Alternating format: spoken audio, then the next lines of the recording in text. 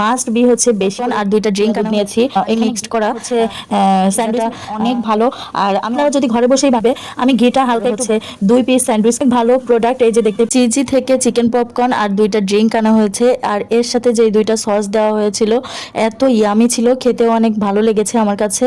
আর কিন্তু ড্রিঙ্কের সাথে মনে হচ্ছিল কি পানি মিক্সড করা, তেমন একটা আমার কাছে ভালো লাগেনি, কিন্তু পপকর্নগুলো খুবই ভালো ছিল। এর আগেও আমি খেয়েছি চিজি থেকে, আমার কাছে সব কিছুই মোটামুটি ভালো লাগে, কিন্তু ওইখানের পিৎজাটা রেঞ্জ অনুযায়ী আর কি ভালো লাগে না আমার কাছে।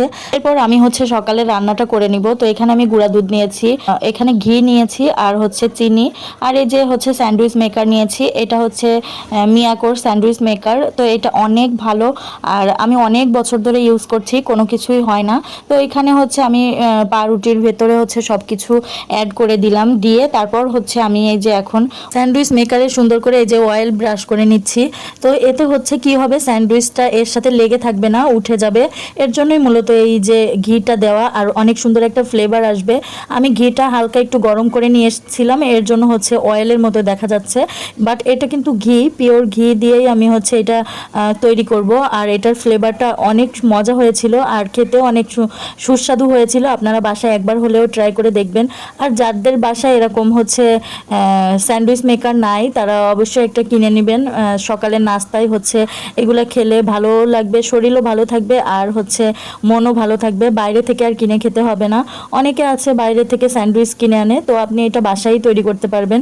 অনেক ভালো প্রোডাক্ট। এই যে দেখতে পাচ্ছেন, এটা কিন্তু একদম মানে হার্ডি হয়ে যায় না, এটা হচ্ছে ভিতরে অনেকটাই সফট থাকে, উপরের পোর্শনটা হালকা একটু ক্রিস্পি হয়, খেতে অনেক মজা লাগে আমার কাছে। পার্সোনালি আমার কাছে অনেক ভালো লাগে, কার কাছে কেমন লাগে আমি জানি না, ভালো লাগে বিধায় এটা কিনেছি। আর হচ্ছে এটাই হচ্ছে প্রচুর গরম হয়, হিট হয় আর কি, 5-10 মিনিটেই হচ্ছে হয়ে যায়। তো আমি 5 মিনিট ধরে বানাচ্ছিলাম, এরপরেই আমাদের হচ্ছে স্যান্ডউইচ বানানো শেষ।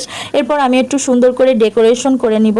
এখানে আমি হচ্ছে যেহেতু প্রচণ্ড পরিমাণে গরম পড়েছে, এখানে মানে চা বানাতে চেয়েছিলাম, কিন্তু আমার হাজব্যান্ড বললো কি চাও খাবে না, এর জন্য এর সাথে কোল্ড কফি বানালাম, আর দুইটা ডিম পোস্ট করে নিলাম, আর হচ্ছে একটা কি যেন দিলাম, আমি ভুলে গিয়েছি ওইটার নাম। ও সরি, আমি হচ্ছে দুধ আছে না, দুধ, গুঁড়া দুধ, তারপরে লিকুইড দুধ একসাথে হচ্ছে মিক্সড করে হালকা একটু চিনি দিয়ে ওইটা একটু গুলে নিয়েছিলাম, যাতে হচ্ছে আমার হাজব্যান্ড ওইগুলা খেতে পছন্দ করে, আমার কাছে অতটা ভালো লাগে না।